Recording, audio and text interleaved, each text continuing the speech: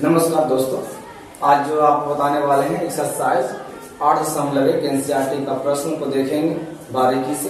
एक प्रश्न को आपको ध्यान से देखना है, प्रत्येक क्वेश्चन का सॉल्व किया जाएगा। तो पहला नंबर क्वेश्चन से चलते हैं, देखते हैं पहला क्वेश्चन क्या करता है दोस्तों। यहाँ पर लिखा हुआ है त्रिभुज एबीसी में जिसका कोण बी समकोण है, जिसका कोण बी समकोण है। समकोण करने का मतलब ये होता है ये 90 डिग्री है, 90 डिग्री है और ए बी का मान दिया हुआ है, बीसी का भी मान दिया हुआ है। निम्नलिखित का मान ज्ञात करना। निम्नलिखित में से पहला क्वेश्चन है कि साइन ए और कॉस ए का मान ज्ञात करना। तो देखते हैं, यानी करने का मतलब ये क्वेश्चन जो है बी का मान 90 डिग्री है। आप थोड़ा सा देख लीजिएगा इसे ध्यान से तो अच्छे से समझ में आएगा। हल कर रहे हैं, पहला देखिएगा। पहला देखिए लिखा हुआ है कि दिया है कि बीसी का जो है एबी का जो मान है, एबी का जो मान है वो 24 सेंटीमीटर है और फिर जो दिया है बीसी का जो मान है वो 7 सेंटीमीटर है। अन्य देखिए यहाँ पर लिख देते हैं कि जो एबी का मान है वो 24 सेंटीमीटर है और जो बीसी का मान है वो 7 सेंटीमीटर है। अब देखिए आप लोग जानते हैं कि जो समकोण होता है, समकोण के सामने वाली भुजा को हम कर्ण कहते हैं। आप लोग को पता होगा विद्यार्थी जी। और देखिएगा जो नीचे में रहता है उसे हम आधार कहते हैं और ये जो लंब से जो समकोण होता है उसे लंब कहते हैं। तो देखिएगा यहाँ पे आपको मान जो है विद्यार्थी जी, आपको पता है आधार पता है, आपको लंब पता है, आपको पता जो नहीं है वो कर्ण पता नहीं है। तो कर्ण चलेंगे, तो कर्ण की परिभाषा आप लोग जानते होंगे कि जो कर्ण होता है, कर्ण जो होता है, कर्ण यहाँ पर है AC, जो AC क्या स्क्वायर हो जाएगा विद्यार्थी, कर्ण स्क्वायर बराबर होता है लंब स्क्वायर प्लस आधार स्क्वायर। लंब AB हो गया AB के स्क्वायर प्लस BC के स्क्वायर। अब देखिएगा हमको AC के स्क्वायर बराबर क्या हो जाएगा, AB के स्क्वायर यानी 24 के स्क्वायर यानी 24 सेंटीमीटर, 24 सेंटीमीटर के स्क्वायर प्लस BC है 7 तो 7 के स्क्वायर कहेंगे विद्यार्थी जी। और यहाँ पर स्क्वायर है तो स्क्वायर दे देंगे। 24 के स्क्वायर आप लोग जानते होंगे 576। अब बोलिएगा सेंटीमीटर के स्क्वायर कीजिएगा सेंटीमीटर स्क्वायर। 7 के स्क्वायर आप लोग कीजिएगा तो 7 7 49 हो जाएगा, सेंटीमीटर स्क्वायर कीजिएगा। और जब इसे हम जोड़ेंगे तो जोड़ने पर हो जाएगा 9 और 6 15 के 5 और हो जाएगा 7 7 4 11 11 1 12 के 11 1 12 के 2 बाकी 1 5 और 1 6 यानी कहने का मतलब हो गया जोड़ने पर 625 सेंटीमीटर है, दोनों जगह सेंटीमीटर से सेंटीमीटर स्क्वायर रह गया। अब हमको AC का मान चाहिए विद्यार्थी जी। तो आप लोग जानते हैं जब स्क्वायर बराबर के इस साइड जाएगा तो वो रूट लेके जाता है। यहाँ पर देखिएगा 625 सेंटीमीटर के स्क्वायर जो रह गया। आगे देखिएगा लिख देते हैं यानी AC का जो मान हो जाएगा विद्यार्थी जी, एक AC का जो मान हो जाएगा 625 आप लोग पढ़े होंगे वर्गमूल, तो ये 25 का स्क्वायर होता है तो 25 का स्क्वायर कर देंगे और जो स्क्वायर से रूट खत्म होता है विद्यार्थी जी, तो खत्म हो गया तो आंसर आपका आ गया AC 25, यानी कर्ण का जो मान आ गया 25 सेंटीमीटर आ गया। यहाँ तक आपको समझ में आई बात को, तो आगे भी ध्यान से आएगा जी।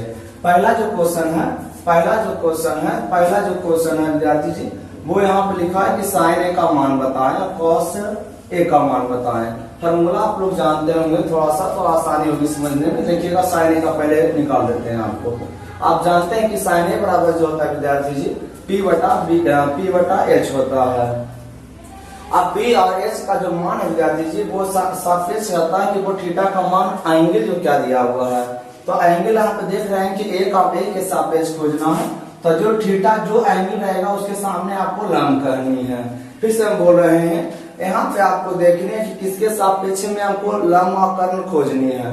कर्ण का मान नहीं बदलेगा, लंब और आधार में एक्सचेंज करेगा, वो एक्सचेंज करेगा, सापेक्ष रहेगा थीटा के अनुसार।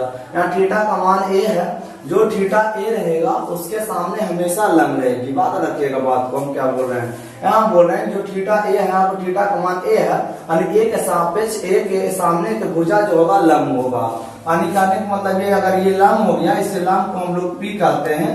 आप लोग थोड़ा सा यहाँ पे लिख देता हूँ, जगह अगर होगी तो वहां पर से देख लीजिएगा, थोड़ा सा आप लोग देख लीजिएगा। जो लंब होता है, लंब को पहला वीडियो है देख लीजिएगा, लंब को हम लोग P कहेंगे, आधार को जो है B कहेंगे और कर्ण के जो है H कहेंगे। याद रखिएगा इस बात को, तो समझने में आसानी होगी। देखिएगा तो तो यहाँ पर जो है ये लंब है, हम बोल रहे हैं कि ए के सापेक्ष बोल रहा है, यहाँ पर लिखा हुआ है कि साइन ए का मान बताइए, तो ए के सापेक्ष में है, थीटा का जो कोण दिया हुआ रहेगा उसके सामने लंब होगा, तो लंब देखिए यहाँ पर ये आधार इसका लंब कहला जाएगा और लंब का मान 7 हो जाएगा, तो यहाँ पर लिख देंगे 7 सेंटीमीटर और एच हमेशा यही रहेगा, कर्ण बदलता नहीं है विद्यार्थी जी, तो जो 25 है वो 25 सेंटीमीटर रह जाएगा, सेंटीमीटर से सेंटीमीटर खत्म, 7/25 आंसर आपका। यहाँ तक समझ में आया जी? आगे देखिएगा इसी को, इसी में से दूसरा जो है आपका मान जो है दूसरा इसमें दिया हुआ है कि cos A का भी मान बताएं, तो देखिए इसी में cos A का मान निकाल देते हैं, cos A का मान निकाल देते हैं, cos बराबर जो होता है फॉर्मूला आप याद कर लीजिएगा, फॉर्मूला याद कर लीजिएगा, किताब में दिया हुआ है फॉर्मूला याद कर लीजिएगा, B/H होता है विद्यार्थी जी।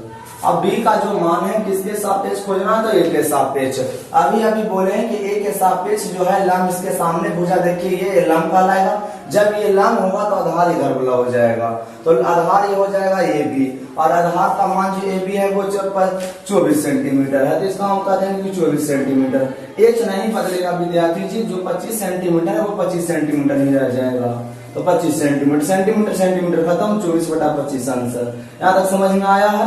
तो आगे समझ में आएगा, निकालना है वो साइन C का मान निकालना है, cos C का मान निकालना है, ये निकालना देख लेंगे बारीकी से, एक निकाल देते हैं, चूंकि देखिएगा लिख दीजिएगा इस प्रकार से, ध्यान से बढ़िया से राइटिंग बैठा के लिखिएगा, नंबर अच्छे आएंगे विद्यार्थी जी, आप ध्यान रखिएगा इस बात को। साइन C का मान, यहाँ पर देखिए थीटा का जो मान विद्यार्थी जी वो C के सापेक्ष आपको खोजना, पहला हम जो खोज रहे थे वो A के सापेक्ष खोज रहे थे, अब है जो C के सापेक्ष खोजेंगे, कहने मतलब इसके सापेक्ष, अब हमें बोले जो इसके सापेक्ष खोजना है उसके सामने वाली भुजा को आपको लंब कहना है, तो ये तो ऐसे भी दिया हुआ विद्यार्थी जी कि C के सामने लंब तो पहले से ही पता है, तो बोलेगा लिखना में भी आसानी होगा थोड़ा सा, तो बोलेगा साइन का भी अभी मान बताएं P/H होता है, अब C के सापेक्ष में लंब हो जाएगा AB और AB का मान बोलिए विद्यार्थी जी तो 24, तो यहाँ हो जाएगा बोलेगा P का मान 24 सेंटीमीटर और इस बदलवे नहीं करेगा विद्यार्थी जी, जे है रह जाएगा, 25 के 25 ही रह जाएगा, यानी 24/25 आंसर।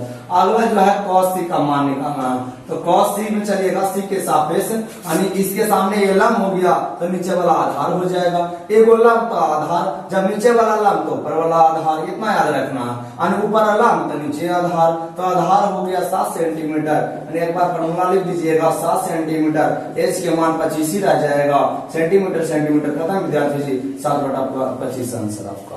पहला क्वेश्चन ये हो गया कंप्लीट। देखिए विद्यार्थी जी ये क्वेश्चन नंबर दूसरा है, आपको पहला बता दिए, दूसरा देखेंगे तो हल करते हैं, डायरेक्ट देखिएगा थोड़ा समझ में आएगा आपको। यहाँ पर देखिए लिखा हुआ है कि ये समकोण का चिन्ह है विद्यार्थी, इस प्रकार दिया हुआ रहेगा, तो समझिएगा ये समकोण दिया हुआ है, समकोण मतलब 90 डिग्री। आप लोग कभी पिछला मैथ में बताएं कि 90 के समकोण के सामने को कहना है कर्ण, और समकोण बनाने वाली भुजा कहना है लंब, और नीचे वाला को कहना है आधार, ये आपको पहले बता दिए। इसे P कहते हैं, इसे B कहते हैं, इसे H कहते हैं। अब देखिएगा यहाँ पर जो मान निकालना है tan P और cot R का मान निकालना है, तो देखिएगा पहले उससे पहले आपको जो है आपको आधार मालूम नहीं है कि कितना आधार है, तो पहले आधार मालूम कर लेंगे। जब भी ऐसा मैटर है पहले देख लीजिए कि लंब कर्ण आधार मालूम है या नहीं, जो मालूम नहीं है उसको मान निकाल लेंगे।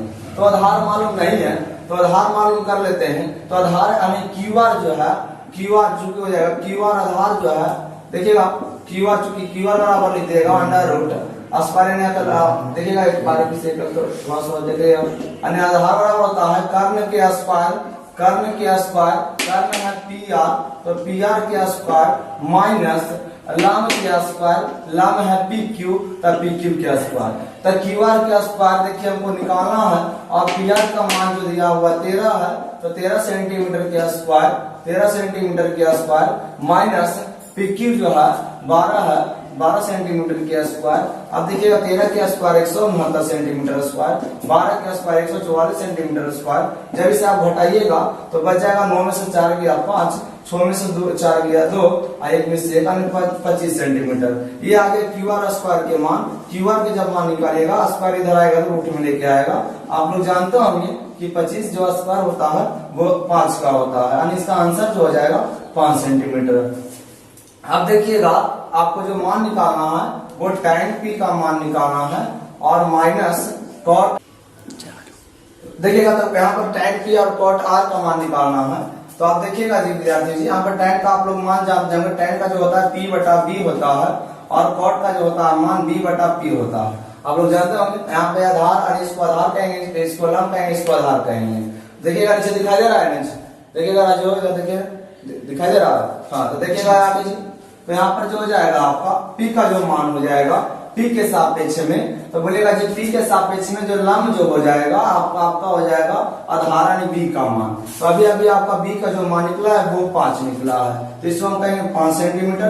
अब B हो जाएगा यहाँ 12 सेंटीमीटर, माइनस है तो माइनस दे देंगे विद्यार्थी जी। और इसमें देखिएगा B के मान लिखना है मगर R के सापेक्ष में लिखना है, तो इसके R के सापेक्ष में लंब हो गया, तो नीचे वाला आधार आपका हो जाएगा B और B का जो मान निकला है वो 5 सेंटीमीटर, तो यहाँ लिख देंगे 5 सेंटीमीटर। और ये हो जाएगा P का मान जो हो जाएगा 12 सेंटीमीटर। आप एलसीएम लीजिएगा तो 12 का एलसीएम 12 हो जाएगा।